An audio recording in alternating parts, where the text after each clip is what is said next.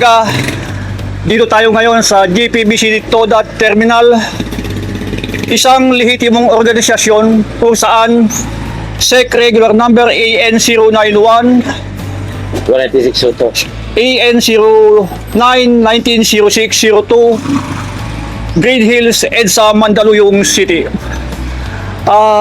Simula sa araw na ito, nagsama-sama kami para ilipat namin yung terminal po namin dito sa Sinya corner ng Benito Sullivan, moving backward papuntang Tulip corner Benito Sullivan Street.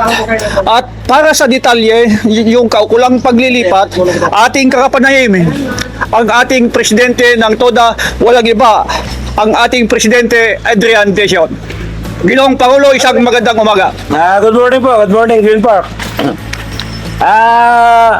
Sa ngayon, sa ngayong araw, ililipat namin yung paradahan namin sa Tulip nga, yung kay Capride. Simula kasi sa April 1, mawawalan na kami dito ng ano.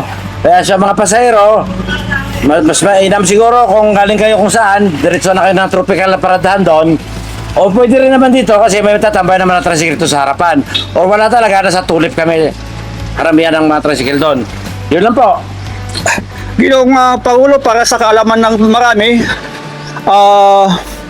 itong munting channel na ito ay gagamitin natin instrumento para malaman ng riding public natin.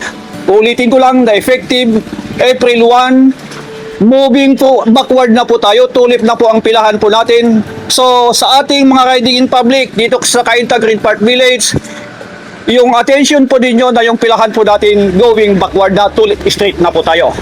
So yan po yung panayam natin sa ating Pangulo. At syempre, isang magandang umaga at pagbati sa Unified Homeowners ng Cainta Green Park Village sa pangunguna ni Presidente Eric Olermo ng Zone 5. Pagbati na rin sa Presidente ng Zone 1, Mr. Ray Lipana, Presidente ng Zone 2, Lerma del Rosario, Zone 3, Amilita Milendres, Zone 4, Elmer Cruz, at sa Zone 6, Mr.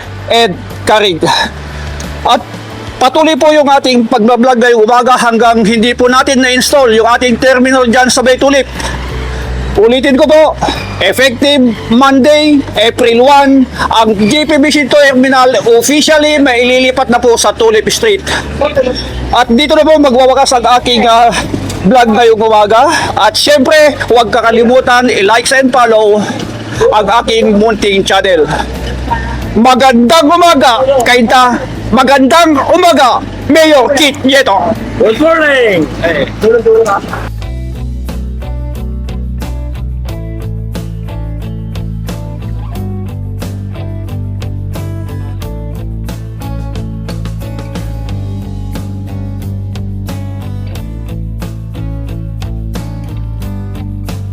Ating vlog ngayong umaga, ating makapanayam, ating pangalawang Pangulo ng JPBC Toda. Hingian po natin ng panayam hinggil po sa paglilipat ng ating waiting shed terminal. Vice President, anong masasabi nyo tungkol sa paglilipat po ng ating terminal? Masabi ko lang, wala tayong magagawa dahil talagang pinalis tayo rito. Dahil umuupa lang tayo, kaya ito, lilipat tayo sa kabilang street, sa Tulip Street. Pasensya na lang sa mga pasahero. Kailangan, is lang, masanay din tayo niyan. Yun lang po. Maraming salamat at Vice, nilipat ko yung aking mikropono, yung ating legal, Mr. Ferdy Valera. Mr. Valera, good morning. Magandang umaga po. Pagpasensyahan na po ninyo, ang ating kumpilahan maililipat po sa Tulip Street, mga pangalawang street lang po. Magsimula galing dito. Kung kayo po ay galing sa palengke, doon na po kayo dumiretso sa Tulip. Yung iba naman po, dumiretso naman po sa tropical na. Mas maganda kung sa tropical na para tayo po ay dire-diretso na. Dito po sa Tulip, kailangan po medyo lang ng konti. Pasensya lang po ng konti dahil gagawin pa po namin ng maayos po. Maraming salamat po. Okay, thank you, ating legal, Ferdy Valera. yung ating transport, nandito, Mr. Kamayudo. Ano po masasabi nyo? Yung fish and order po natin, maayos po ba? Ay, sa akin naman.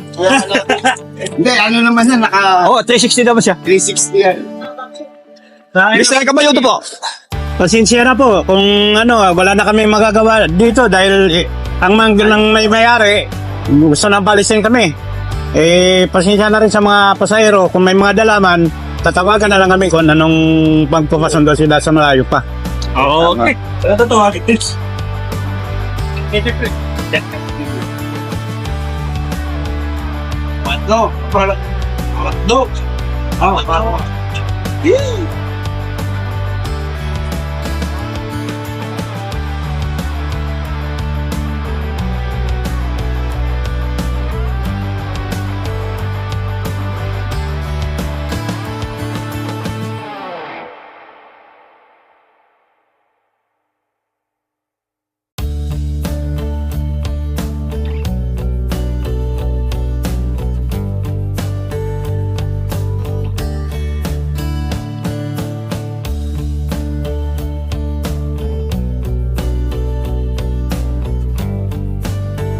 Putulin na lang. Vice, isa ko pang mensahe tungkol sa paglipat ng ating terminal. Ganun niya, Lahat, para po sa lahat sa mga pasahero, pasensya na po, ililipat na po talaga kami dahil wala na po kaming rito dahil upo pa lang po kami. Sana maintindihan nyo po, kung pipili, kung magawa ng paraan, ano na lang po tayo kung ano natin para magawa ng paraan sa Zone 1, sa Presidente, kung saan tayo mas maganda. Kasi option po namin dapat sa Silan po talaga dahil dati po namin paradahan to. So di ko kami pinayagan. Sana tulungan na lang po tayo na magawa ng paraan na malipat to dito sa Silan sana. Yun lang po. Thank you, Vice.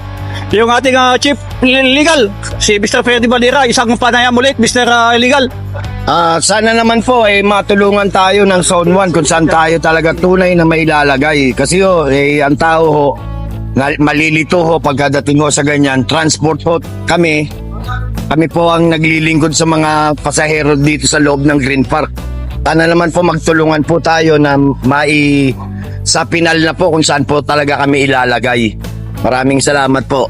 Napakagandang mensahe, Mr. Legal, sa iyong in-address mo sa ating mga homeowners na sana sa pamamagitan ng Unified at sa ating presidente ngayon, Mr. Eli Ulermo, magkakaroon na po sana ng permanenteng terminal ang JPBC Toda. Sana po mapansin niyo po yung aming pakiusap. Isang magandang umaga po. Umaga, ating treasurer. Sir. Isang panayam lang, ano po masasabi nyo tungkol po sa paglipat ng ating terminal? Ay, masasabi ko lang po, medyo nakakalungkot po talaga dahil po sa pangyayaring ito. Pero wala ko tayong magagawa. Saan mo tayo ilagay, sundin po natin muna. Kahit temporary po o permanente. Mas maganda po, meron tayong terminal at talagyan itong chain na ito. Magandang umaga. Maraming salamat. At siyempre, treasurer, huwag kalimutan i-like and follow yung ating Mountain Channel. Magandang umaga po sa iyo. Salamat.